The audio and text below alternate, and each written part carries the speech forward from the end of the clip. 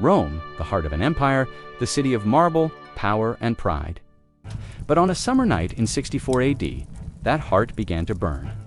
Flames tore through wooden homes, temples, and taverns. In just hours, the greatest city in the ancient world was ablaze. And as the inferno raged, rumors began to spread. Rumors that Emperor Nero himself had lit the match.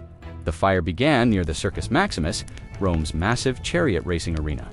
The city was a maze of wooden structures and tightly packed insulae, perfect fuel for a catastrophe. Winds carried the flames across districts, devouring temples, markets, and homes. Panic swept the streets.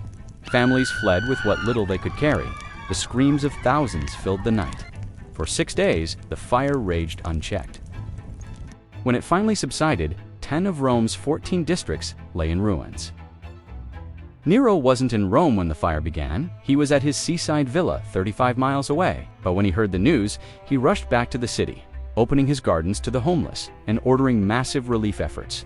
Yet, despite his generosity, people whispered a darker story that Nero had watched the city burn while playing his lyre.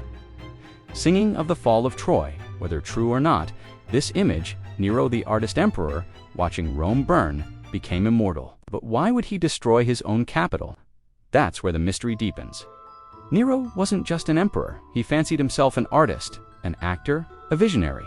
He dreamed of remaking Rome, not the old, cramped city of Caesar and Augustus, but a new, gleaming capital that reflected his genius. After the fire, Nero began construction of his masterpiece, the Domus Aurea, or Golden House, a sprawling palace with man-made lakes, marble halls, and gilded ceilings that glittered with jewels.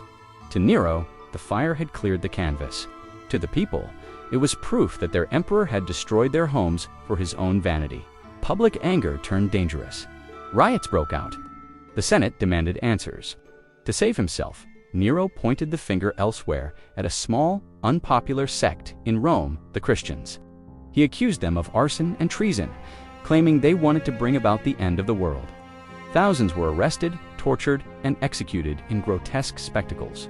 Nero had found his scapegoat, and his legend, as one of history's most cruel rulers, was sealed. But modern historians doubt Nero ordered the fire at all. Rome burned often.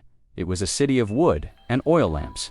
The fire may have started by accident, in a shop, a kitchen, a spark carried by wind. Tacitus, the Roman historian, admitted that no one truly knew how it began. Yet the story of Nero's guilt survived, not as history, but as propaganda. The emperor had become the perfect villain.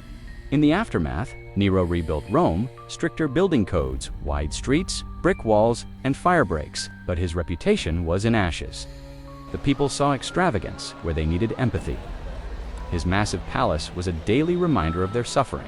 Even the Senate turned against him, whispering of madness and tyranny. In 68 AD, rebellions erupted across the empire, from Gaul to Spain. The Praetorian Guard, once sworn to protect Nero, abandoned him. Alone and terrified, the emperor fled Rome, declaring, "What an artist the world is losing in me."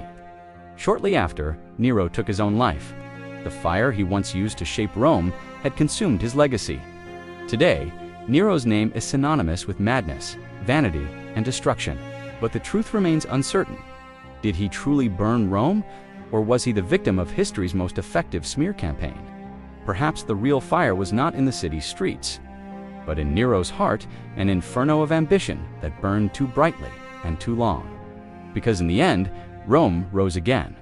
But Nero's empire of fire turned to dust.